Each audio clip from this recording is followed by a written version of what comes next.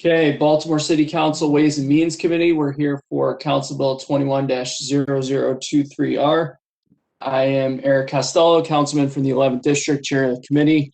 I am joined by Councilwoman Sharon Green Middleton, Vice President of the Council from the 6th District, Councilwoman Danny McCray, 2nd District, Councilman Ryan Dorsey, 3rd District, Councilman Isaac Yitzi Schleifer, 5th District, Councilman Chris Burnett, 8th District, and Councilman Robert Stokes, 12th District.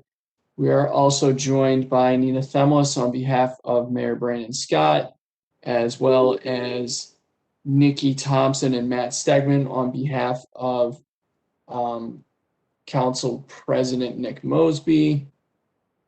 Sorry, bear with me. We are here today for Council Bill 21-0023R, informational hearing, 1% for the art program. Before I turn it over to the sponsor for brief introductory comments, what we're going to do today is we're going to go through, we'll have the sponsor give brief introductory comments. We're going to go through each of the city agencies. So this bill is referred to Law, Baltimore Development Corporation, Parking Authority, Planning Commission, DPW, BCRP, DOT, BOPA, and Finance. We'll go through each of those agency comment reports in no specific order other than the order that those letters appear in the packet that Marguerite was kind enough to prepare for me. After that, we will get into questions from the public, if there are any, questions from the council, if there are any, and then questions from the public. Marguerite, I never went to the public for comment on the previous hearing. Do we have anyone on the line?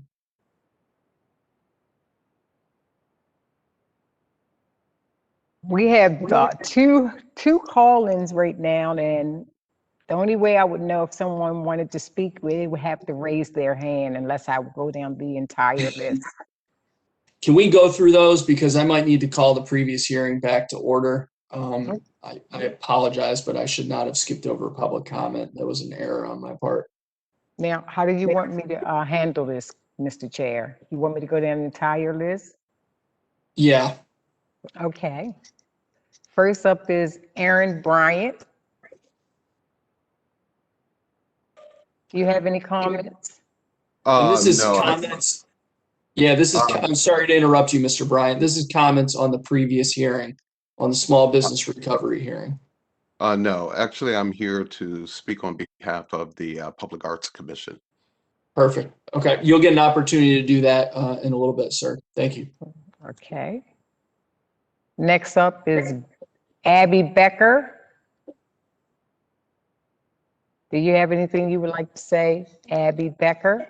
Oh, no, I'm just also here for the public arts hearing. Okay. Ashel Henry.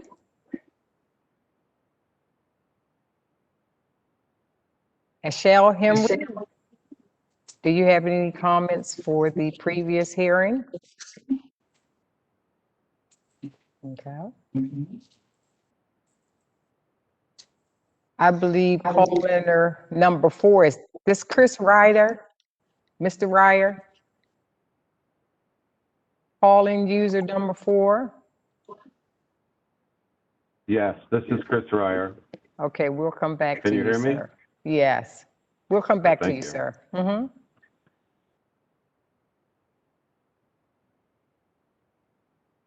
Chris Brooks. Any comments? Not this time, thank you. Diane Sawyer. I'm sorry, Donna Sawyer. I always get Diane, so I understood. No comments. Okay. Let's see, Fabiola Donata. Any comments? No comments. Okay.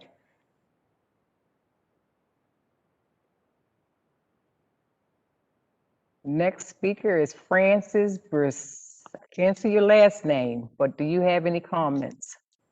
Francis, Burns, and I can't see the rest of your name. No, he's parking authority. He's for this one.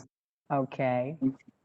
So I believe I'm going to skip, I know Hillary and Janelle, they from the different departments. So I'm going to go to Kimberly Sawyer. Kimberly?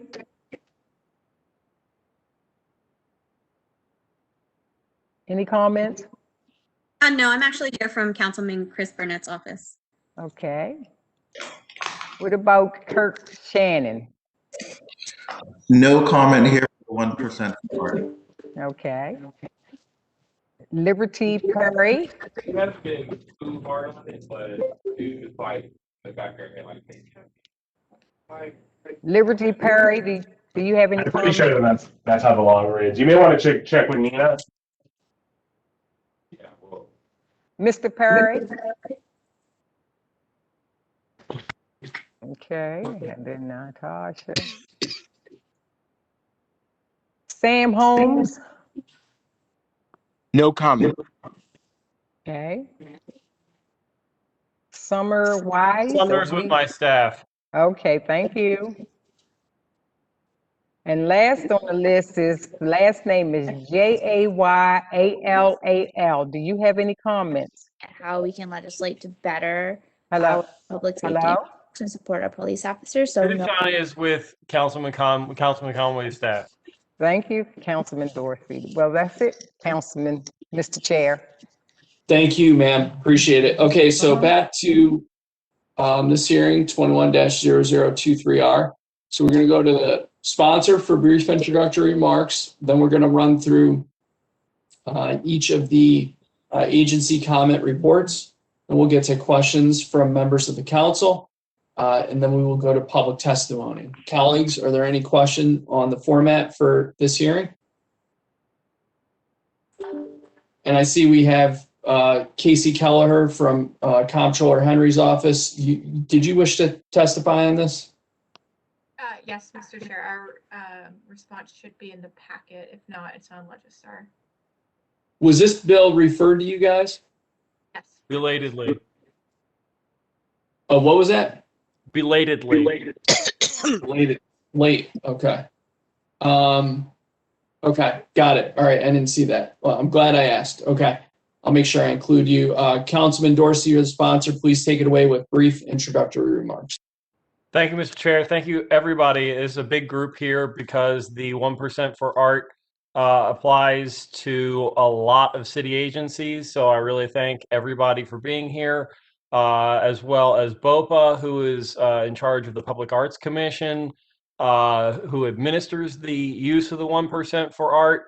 And as was just noted, to Casey from the Comptroller's office, whose report I'll just touch on briefly in a second, which I think really will set the tone for much of this hearing.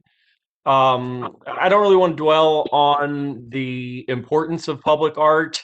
I don't think that there's going to be any disagreement about its importance or the need for creation of it or the maintenance or preservation of it. I think everybody understands the intent of 1% for the art and that we generally believe it to be an important public good, that public art should exist and that we should have some public responsibility to ensure that it exists and is maintained. The purpose of this informational hearing is to ensure we have a clear understanding of how the law is intended to be administered and that everybody here and all the agencies they represent are clear as to their mandate and their role in compliance with this law. It's been a challenge for many years, and I'm sure BOPA will testify to that, as will many of the agencies with whom BOPA has been trying to work out means of compliance. It's an old law. It's been on the books for more than half a century, and the folks who brought it about are no longer in our government. The folks who stewarded it under the guidance of those who brought about the law are no longer with our government. We have lost institutional memory of the days in which it worked really well, and where it, obviously was prioritized by those tasked with compliance. And so it's long overdue for us to ensure that everybody understands how it's supposed to work. And while it may not be the simplest law to comply with, the text of the code makes really clear some pretty basic elements. And to that point, I want to acknowledge the bill report from the controller's office and to thank the controller for working with me to just put forth an understanding that that the law makes pretty simple terms for how compliance is supposed to occur through the contracting process, through the Board of Estimates, and that he has made a commitment to that process. I understand that it is still not as simple as it may seem on the surface, and I understand that there is a plan for some meetings to occur between the city administrator's office, the mayor's office, and the controller's office as to exactly how all that's supposed to work. But I want to make sure that everybody here from all the various agencies are aware of the controller's letter that is in the bill file for this.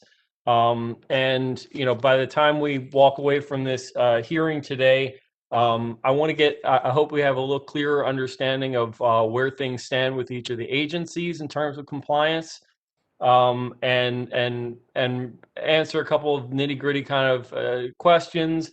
And I just want to say to the chair and to my colleagues here, my hope is that we will not vote this bill out today, that we can recess this and come back to this maybe in another 6 months to see how compliance practices are changing in order to get us on the right foot with this thing. Thank you, Mr. Chair. Thank you, colleagues. Thank you, Councilman. Let's start off with the Law Department.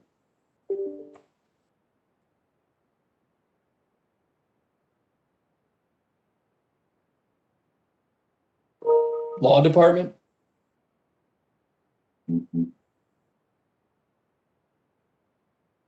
Hey, Nina, do we have someone from the Law Department with us today?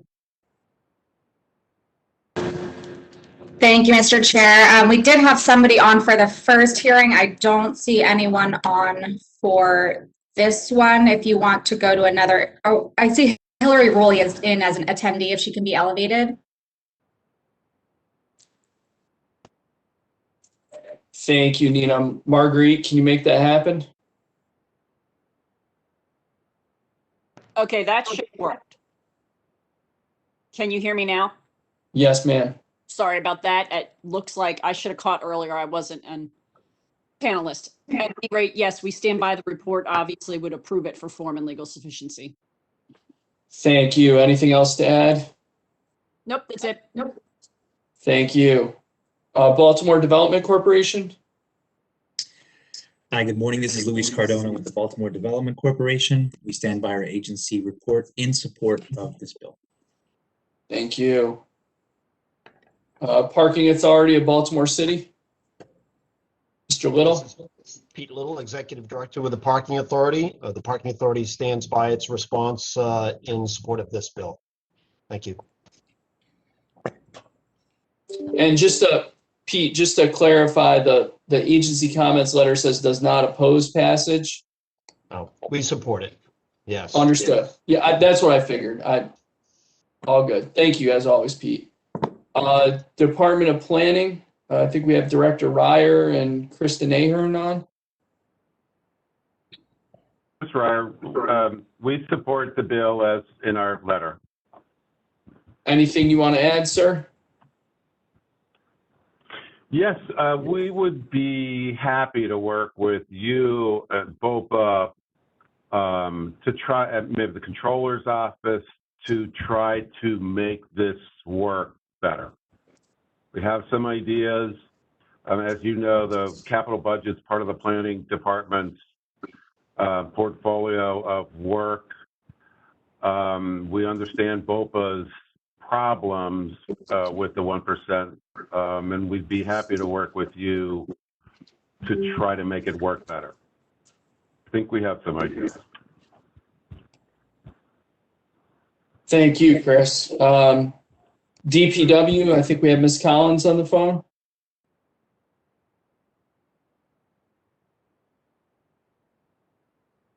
Thank you, Mr. Chair. Yes, Marcia Collins, Department of Public Works. We provided a written report.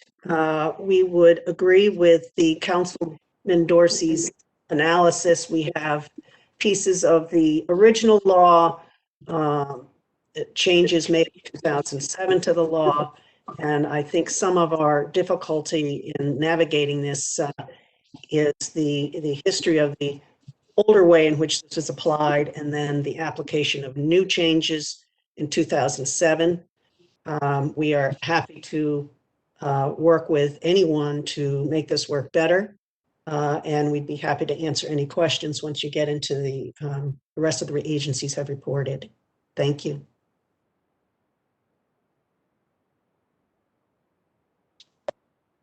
Thank you. We've also been joined by Natasha Meehue on behalf of Mayor Brandon Scott. Let's move on to Baltimore City Rec and Parks. Jenny?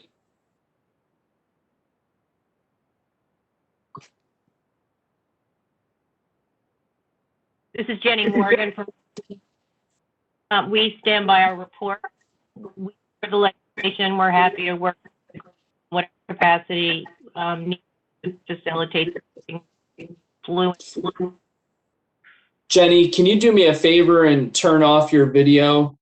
Because we're having some trouble hearing you, so I'm wondering if it's a connectivity issue. And can you start again from the top, please?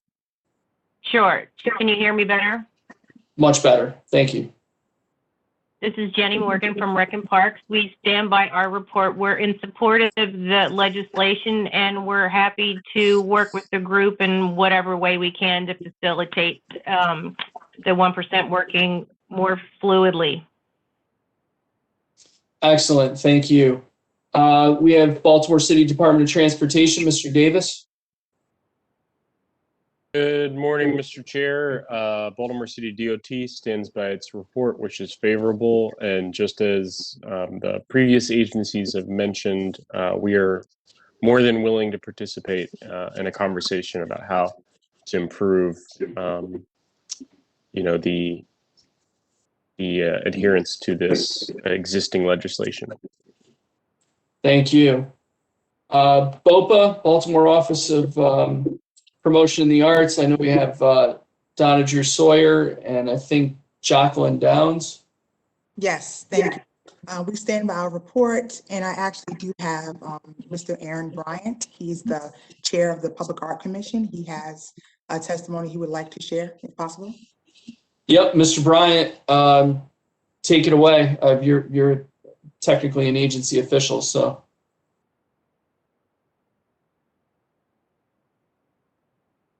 I believe he was on the attendee list before. Marguerite, can we get him elevated, escalated, whatever the word is? What's the name, Mr. Chair? Aaron Bryant. Okay.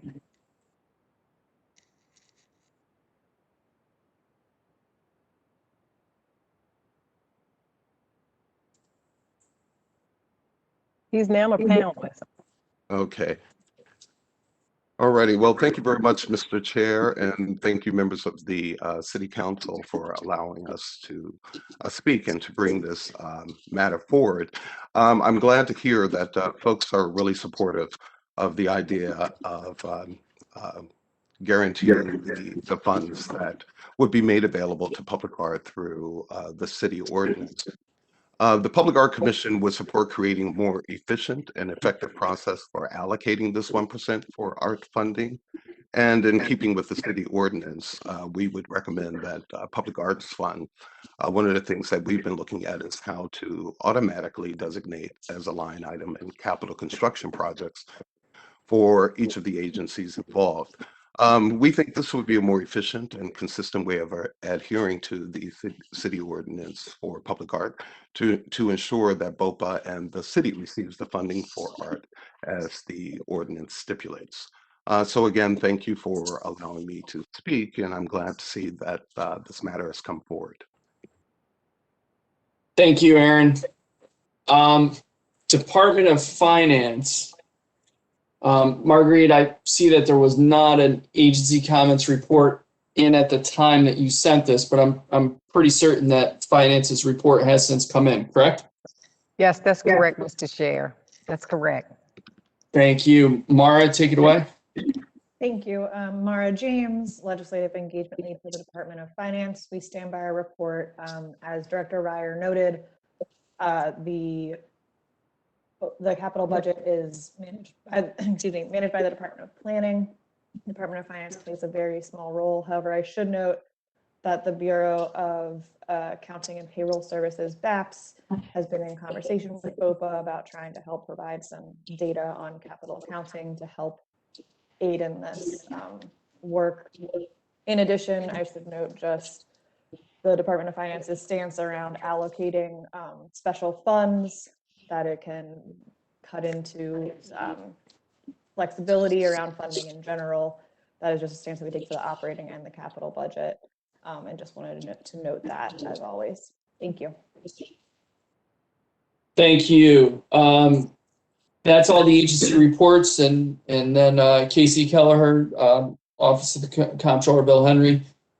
Real quick, Casey, did you all provide a written report? Yes, we did. Yes, we did. It's on Legistar right now.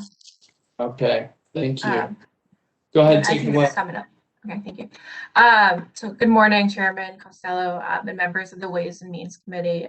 Once again, for the record, my name is Casey Kelleher. I'm the Director of Communication for Comptroller Henry. We were referred to for City Council Resolution 21-0023R, 1% for Art program. I'll briefly sum up what's in our report. We're supportive of the oversight of the 1% for Art program, and we stand by our report. I would like to draw the committee's attention to the second page of our report. There is a memorandum dated April 13th, 2021 from Comptroller Henry to City Administrator Chris Shorter regarding the implementation of the 1% for Public Art Board of Estimates process. The memo indicates that the pre-audit division of our Department of Audits will soon begin reviewing all applicable construction projects coming before the Board of Estimates for compliance with the 1% for Art program. Specifically, they will be looking for both the amount allocated for public art and a description of the project as approved by the Public Art Commission, if applicable. Any projects with incomplete or missing information will not be approved by the pre-audits process and will be sent back to the agency for more details. We understand that there are some practical elements that agencies will need to support this and to submit this information. So our chief of staff is working on this and meeting with the mayor's office and the city administrator to support the implementation of this policy. But agencies will have a new memo soon to submit the proper information regarding processes soon. And that's about it. But our report's on Legistar if anyone would like to see it. Thank you. Thank you. Colleagues, questions?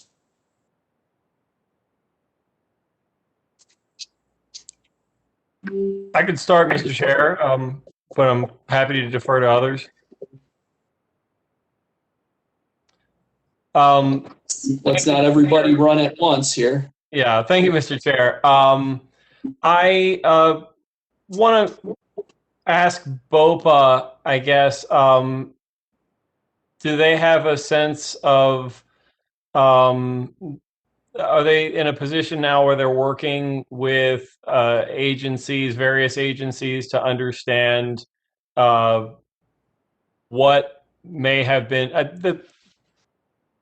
the way things have been working for the last couple of years has been on some basis of an understanding of looking retroactively at contracts, basically because there was a conversation where they said basically we can't just allocate money on the front end based on what goes into the CIP and just lop off 1% of everything in the CIP, because some of that money's local, some of it money's state, some of it's grants, some of it's federal. We may not be entitled to 1% of all of that. And what goes into the CIP is just a plan.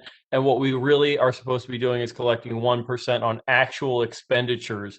Can Boba talk a little bit about where things stand just in collecting on the basis of that understanding, say for the past year or 2 years? Thank you. Sure, Councilman Dorsey. So we, as stated in our bill report, what we have done is gone a year in arrears to look at the projects that actually have been executed, and we have invoiced all of the agencies. My finance director, Brian Wentz, is on the line, and do I have permission to allow him to speak to those specific questions about what has actually been allocated or paid? He's right here. Thank you. Thank you, Jackie, and thank you, Councilman Dorsey and Mr. Chair, for the opportunity to speak. I joined BOPA back in July of 2019, and this was an issue that had been an ongoing issue for many years. As Jackie mentioned, the way we determined would be the easiest way to calculate this amount is review the Board of Estimates minutes for completed projects and accumulate those amounts for an entire year for each agency and invoice the agency once per year. The review of the Board of Estimates minutes is a very time-consuming process and not always the most accurate. BOPA can gain as much information as possible, but then we were sending the lists of what we thought were eligible projects to the agencies, and then the agencies would respond back and inform us as to which projects were truly eligible based on the sources of funds. So I think that's the most significant hurdle that we found, is just determining the dollar amount that should be assessed for the 1% for art legislation. The collection has not been as difficult, but again, it's just determining what the amount is in an efficient and effective way. Thank you. Thanks, Brian. I think the issue of being able to determine, would you say, in an efficient and determine the amount in an efficient and effective, and I would probably also add an accurate way, I think speaks to why the approach outlined by the controller makes a lot of sense, in addition to the fact that the approach outlined by the controller is actually what the law says is supposed to be done. That rather than having to figure these things out and perhaps negotiate numbers on the back end, agencies are supposed to have the responsibility to include 1% in every single contract over $100,000 that comes before the Board of Estimates. And so I really just want to emphasize that I think that, when we make laws, it's important for us to stick to what the law says rather than try to reinvent the wheel after the fact. This law has been on the books this way for a long time. And I'm hoping that that these meetings between the city administrator's office and the mayor's office and the controller's office are able to yield a clear understanding of what the expectations are of each of the city agencies. With that in mind, I did have one really nitty-gritty question that I want to make sure makes its way into those conversations and ask if that's already on the radar of the controller's office. A lot of the contracts and awards that come before the Board of Estimates are, or a fair number, I should say, are modifications to contracts that have already been awarded. Everybody in Baltimore who pays attention to our finances is aware of the propensity for contracts to involve extra work orders and change orders after the fact. And I just want to make sure that it's on the radar of everybody that those expenditures seem that they should be eligible as well. Sometimes they are significant, and a couple hundred or a couple $1,000s coming out of the 1% adds up over the course of significant size projects. Is that something that's already on the radar of the controller's office? Yes, it is. Thank you for pointing that out. It was, I think, the first thing on the radar. As you know, Councilman, our chief of staff was formerly at DPW, so she's intimately familiar with especially this piece of it. So we're looking into it, and we'll have an answer soon. Great. I have one other question off the top of my head, but I want to allow for other committee members if the chair would like that. Colleagues, not everyone at once. Show some decorum. Councilman Dorsey, back to you. Okay, great. Thanks. The city has a fair number of some very visible water treatment projects that are underway right now.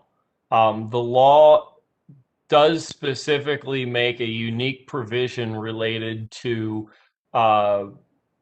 projects for water and wastewater, which relates to the fact that the water utility fund is exclusively made up of water billing revenues, and its expenditures must be exclusive to the use of operating and constructing and maintaining our water treatment and wastewater treatment system. So there is some unique treatment of capital expenditures related to that. But I did have a question from somebody online earlier relating to the reservoir projects at Lake Ashburton and at Druid Lake. DPW, are these projects at all subject to 1%? What has a determination been made about whether any allocation will be made? Thank you, Councilman. Marcia Collins again for Department of Public Works. As you point out, and as it states in the law, the funding for water and wastewater capital projects are different from many agencies' capital programs in that they are funded through an enterprise fund, which means, as you point out, the ratepayers are funding the use of that money, and it has to be dedicated to the operation and maintenance of the system. We also receive funding when we do long-range capital programs, and many of our projects, as you well know, sir, are over multiple years. We get funding through the state revolving loan program, which is federally allocated funding to the states, which creates an issue for us as well, as far as looking at that for uses other than the system. So I think our challenge has been that a lot of our funding for these programs are limited in its flexibility as we look at the 1% for Our program. We have been working with BOPA on an MOU where we could look at our overall program to see if there could be an agreement over a fixed amount of money based on funding that is not affected and limited, so that we could look at it that way rather than picking apart each and every project that goes forward. That's one approach we're looking at. However, we also don't want to get ahead of the group that's going to be looking at how this program is working, the chief administrative officer, et cetera. So, you know, we're happy to do what we can. Again, for us, it's a fiduciary issue regarding how those funds are spent. Could you remind me what projects you are concerned about, and I can check for you, sir?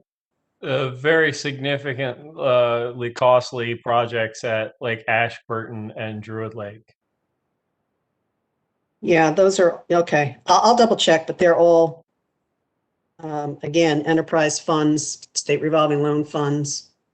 And I don't think they're getting any of the federal WIFIA program, but I'll check, sir. Thank you. I do have one other question, Mr. Chair. Hang on, Councilman Burnett. I think he had a question. He can do his follow up. I think I just forgot to lower my hand. No, that's not a follow up. I mean, if you have, okay, if you have a question, go ahead. No. I literally just didn't lower my hand. Cool. You asked the area that I was going to ask earlier was already covered. So cool. Let me put my hand. Okay, Councilman Dorsey, back to you. Thanks, Mr. Chair. I just want to clarify, make sure that we're all kind of on the same page about one aspect of the law.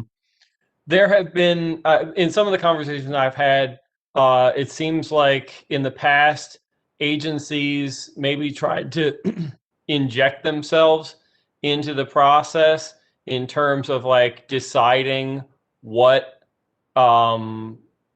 money from a project or what money from their agency was going to be used for if they gave it over to BOPA. I just wanted to kind of make clear that what the law says, in addition to saying that money can be used for the creation and maintenance of public art, which which means that art that is anywhere is going to have to be maintained, and it's going to be up to the Public Art Commission to utilize whatever funding comes to them in order to perform that maintenance, whether that funding is from a place that is immediately adjacent to a piece of work or not, that it can be allocated in that way. And one of the things that I think is important to like keep in mind as kind of a frame of reference is that we have a lot of contracts that go out for capital work that is spread out all over the city, where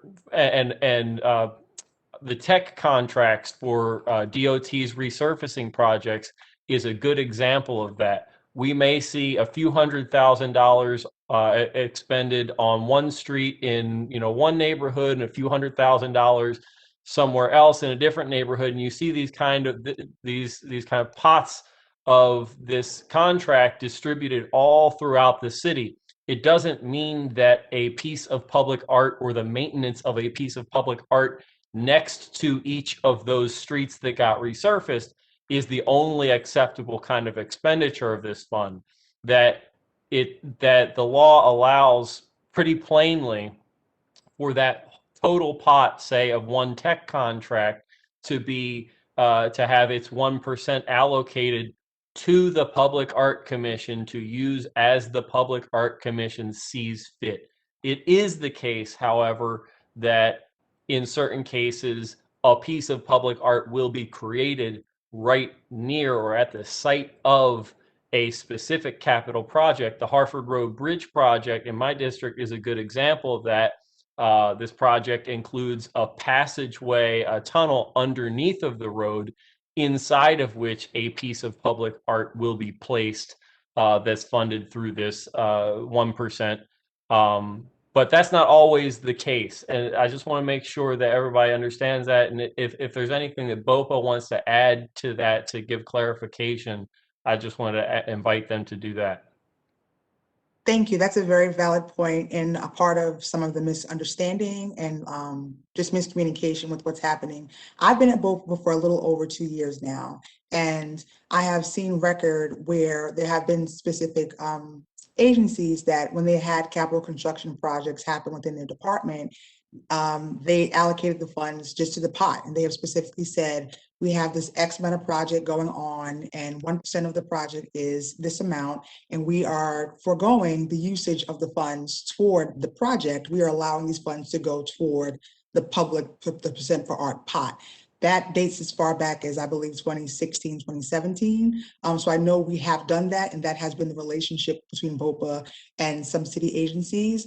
But as of the last, I would say 3 years, that has not been the case. Most of the funding has strictly been tied to projects, linked specific projects to city agencies, which is pretty limiting, and it doesn't allow the PAC to do the job that they were intended to do. So again, I know this is a long-standing issue. It has been in conversation for quite some time, that predates me, that predates these administrations.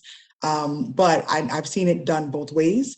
And I would just hope that we are now at the place where we can get some consistency and understand that when concerning public art, when looking at laws across the country, you know, Baltimore was one of the pioneers to this practice of using percent for arts, a method of funding public art in the country. We're the second city in the country to do this back in 1964. And we should continue to be the pioneers to show the country how we should fund and support public art. So I just hope that we can all get on the same page and have a streamlined process and a flexibility and understanding how this should be applied, and not have the money tethered just specifically to that agency, because our robust, the amount of pieces we have in public art in the city are almost nearing, maybe I would say over 360. Those pieces need to be maintained consistently. You know, we have them created dating back several decades. So everything cannot be tied to a new public art project. The funds have to be able to be fluid, so the PAC can make determinations as to what needs to be maintained now versus what new artwork could be created. So that's what I wanted to share. Thank you.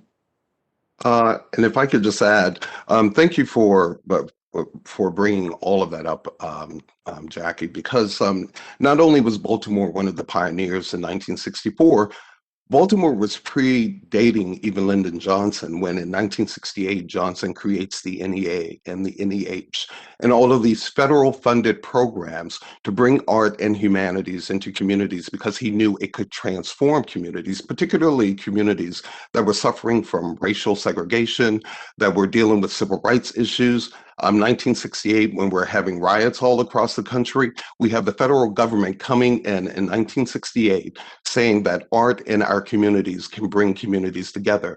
Baltimore predates that by 4 years. So we were well ahead of the curve. The same kinds of federal funding for arts programs in communities to heal a nation was happening during the Depression. You think about Franklin Delano Roosevelt and his New Deal administration, the Works Progress administration, and the Farm Security Administration that was bringing arts into communities and taking the arts across the country to heal a nation that was dealing with wealth gaps as well as racial segregation. But in addition to that, it was an economic boost. The Works Progress Administration, the Farm Security Administration, and then jumping to 1968 with Lyndon Johnson and his federal funded programs like the NEA, the NEH, creating organizations like the Kennedy Center years later, and then performing arts centers all over the country were really healing this nation and creating economic drivers. And so Baltimore was well ahead of the curve on all of that. In addition, to get back to the point about the ordinance is very clear that it's just 1% that can go towards public art selection, acquisition, commissioning, creation, installation, display, maintenance, restoration, and preservation. It doesn't stipulate that the 1% has to go to a project that is by whatever the public works construction or the development project is. This is money that is just supposed to go to the Baltimore office for the promotion and the arts. And it's funds that really the commission, working with both BOPA and city agencies, administers to bring art across the city.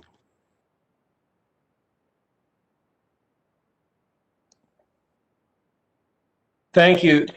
Mr. Chair, I don't have any other questions today, particularly because I think that the Controller's Office commitment is such a significant step forward, and leaves a lot of optimism here for me with a sense that some of these challenges are going to be worked out in a pretty short order. I understand that he, in that letter, put forth a date of May 1st to begin the new manner of compliance, but that there may be some shifting of that date in order to allow for some kinks to be worked out. As I said in my opening remarks, my hope is that we just recess on this today, and come back to this maybe in 6 months to get a sense of how things may be changing. At which point, I would also invite the opportunity, perhaps invite the opportunity to hear more directly from the Public Art Commission on what their process is. I know that there's a lot of public interest in how the Public Art Commission works, and that there are a number of people who would like to see a little bit more public involvement in that, and participate in that. So I think for now, all my concerns are being addressed, Mr. Chair. Thank you, Councilman. Colleagues, any other questions? Marguerite, do we have anyone from the public who wishes to testify? Mr. Chair, there are 12 people listed, and I would have to go down the list unless you. Let's go through them. Please, and Okay. thank you, Marguerite, as always. Thank you. Yes, Abby Becker, No comment. Ashell Henry,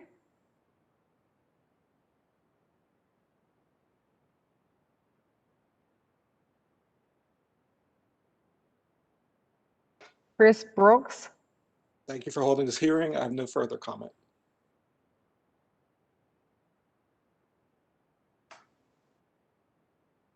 let's see, Fabio Delante Galindo.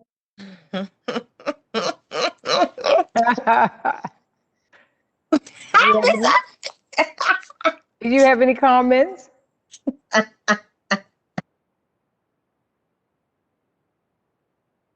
Marguerite, can you mute that person and move on to the next one, please? Okay. Well, Janelle is from DPW. Should I, Janelle from DPW, do you have any comments?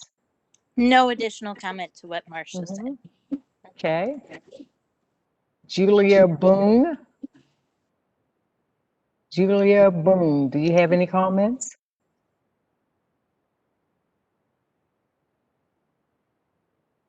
Kimberly Saucer. Any comments? Kimberly?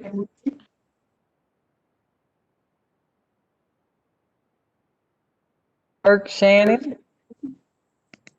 Good afternoon. This is Kirk Shanabutz from BOPA. It was a great hearing. I look forward to the next step. Thank you. Hey, Kirk.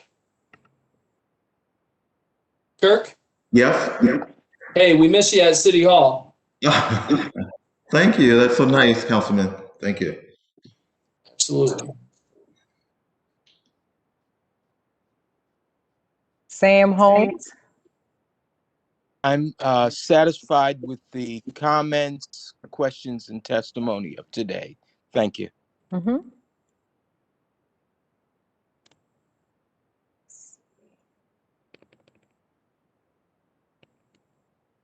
Summer Weiss. Thank you. Sumner Weiss is with my staff. Okay. Mr. Chair, that concludes the list.